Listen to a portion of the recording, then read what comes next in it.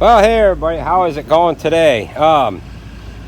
We have a beautiful day ahead of us. We're going to be chopping some beautiful third cutting today. Kind of can't wait to get going here. But before I get going, got our little indicator telling us that the silo needs the door taken out. So before I get going, I'm going to run up, take a couple doors out of the silo, and you guys can get on with the rest of the video here, and we will join you at the end of the video. In this video, just got a little chopping action going on and whatnot. You'll see what we've got going on, and then I've got a little bit of a story time towards the end of the video. So I'm going to run up, take a couple doors out of the silo, get cleaned up, get chopping, and we will see you at the end of the video.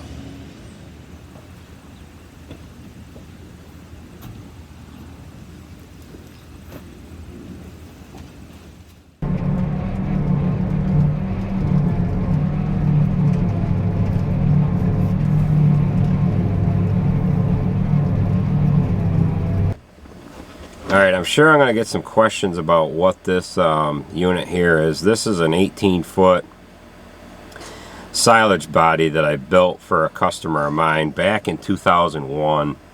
I've built quite a few silage boxes and whatnot, and sold quite a few of them through the years here, and as the farm got bigger I ran out of time building these things. But at any rate, I built two of these for this one customer of mine, and he has since got out of farming. He had an auction here earlier on this summer, and we ended up picking this one unit up from him, and Jared was using it the other day while we were chopping close around the farm here.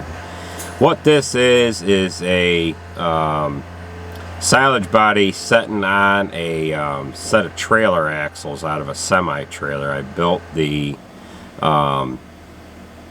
undercarriage for it, which it has a harsh J100 hoist on it. We've got to do some work to it.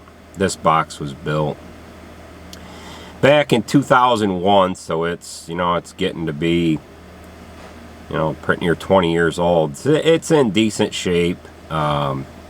We thought we'd get it to have around the farm here to just haul in muddy conditions and whatnot. Now, years ago, when everybody had self-unloading wagons and whatnot, they moved over to we'll go into that in a little bit here. So we'll just fly around this thing for a little bit here. It's got a hydraulic end gate on it, which the cylinders are both broke off of it.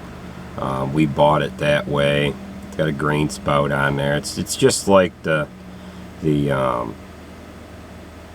regular silage boxes that we have. Now this is the this is the older way that I was doing it, with 1.5 by 3 rectangle posts for uprights. Now what I use on the silage bodies is like a tapered post, and then I end up putting a like a shelf plate against that rub rail, and it keeps the crap from sitting on the rub rail right there at the post where the posts are welded to the angle iron there. So that's that. But I did build, like I said, I built two of them for this guy, and we ended up buying one at the auction. Actually, my brother bought it at the auction. This was the better one of the two, and we'll fix her up this winter. Get some hydraulic cylinders back on there and paint it. At any rate, that's what that is. So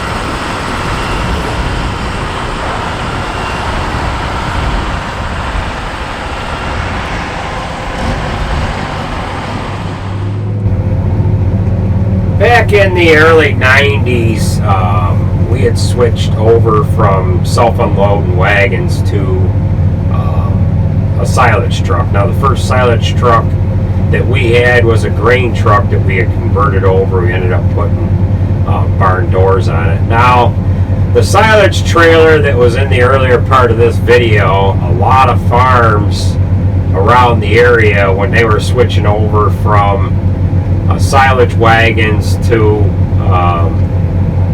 dump wagons and carts and stuff like that, they had bought silage trailers, just like what was in the earlier part of the video. And then as their farms increased, the mileage between farms also increased, and everybody kind of moved over into silage trucks just because of the amount of distance that we haul. But for the most part, the guys that didn't have to haul that far away, like the guy that we bought that silage trailer from, all of his land, he farmed about 800 or 900 acres, and all of his land was right near his farm.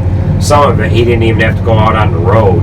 And switching over from tractor-drawn wagons to trucks was kind of a major undertaking. The trucks are a little expensive, a little harder to find, and if you really don't have to go that far on the road, a tractor-style silage cart works out just great. However, when you do switch over from wagons to silage bodies, you have to, if you're filling an upright silo, you have to have a table to dump into. Which what a table is a piece of equipment that you back up to, you dump your load of haylage or corn silage onto it, and then it delivers the load to the blower. It's set up just like a self-unload wagon, but it's built low to the ground. It's open, it's wide enough for the silage body, whether it be a truck or a trailer, to back up to and dump onto. Now, the reason for the hydraulic end gates was to help aid in dumping off haylage, whether it be into a table or anything for that matter. You can't really hinge the tailgate on a silage body like you would a gravel body, because the haylage just does not want to dump out from underneath that gate. Usually it comes all back to the back of the body all at once, and then it jams itself up and you can't get the load off. You have to push it down with a backhoe or something, or a skid steer, to get it to fall out from underneath the top of the tailgate. So that's why everybody went to the hydraulic gates and or a barn door, or they hinge the gate up a couple feet above the top side of the silage body. Now, when we had switched over, our wagons were shot. We had a pull-type chopper at the time, and we had bought a dump wagon, bought a used table. Started out with one truck, ran that for a couple of years, bought a second silage truck. We were starting to gain some land, get a little bigger, and for a long time, two silage trucks kept up to the pull-type chopper. Now, we had went from a 3970 pull-type chopper to a Gale 1275, and we were able to put a little bigger tractor on it, and we were able to chop a little more, and later went on to a third truck, then a fourth, and so on and so forth. And then shortly thereafter, the 1275 Gale chopper, we ended up buying our first self-pelt chopper, and I don't even remember what year that was. That had to be 2003, maybe 2002, 2003, somewhere in there. But at any rate, the rest is history. So that's a little bit of history on what we used to use and what we use now. And any of the other farmers that are listening, I'm sure you can relate to what I just talked about here.